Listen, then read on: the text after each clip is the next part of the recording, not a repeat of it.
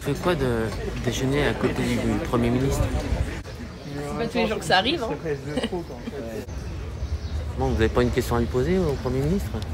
Un mot d'absence pour aller en cours.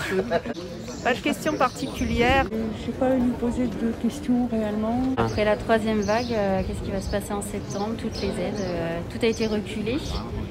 Comment on va s'en sortir? Je vais surtout montrer qu'il y a des gens qui défendent la fabrication française. Moi, l'idée, c'était pas forcément de poser des questions, mais en tout cas plutôt de partager un point de vue sur la crise. Et que pour moi, c'est plus qu'une crise sanitaire, c'est plus une opportunité, en fait, quelque part.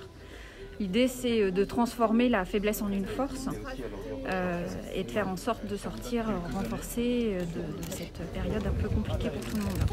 Et vous n'avez pas de problème de trésorerie? Est-ce que vous êtes là pas depuis très longtemps? La situation n'est pas aussi bonne que si on n'avait pas fermé du tout, hein, je ne vous le cache pas. Néanmoins, on a déjà fait appel au maximum à tous les dispositifs qui étaient prévus et proposés par le gouvernement, et puis essayer de faire en sorte que tout ça fonctionne et essayer de se redynamiser, de se remettre en question en permanence aussi pour faire en sorte que ça reprenne. Et la visite d'un Premier ministre à Blois, c'est essentiel du coup? Le terme qui fâche. Essentiel, je sais pas, je trouve que c'est un signe positif en tout cas de s'intéresser à une ville de province de la taille de la ville de Blois et pas forcément garder en focus que les grandes villes. Je trouve ça plutôt intéressant.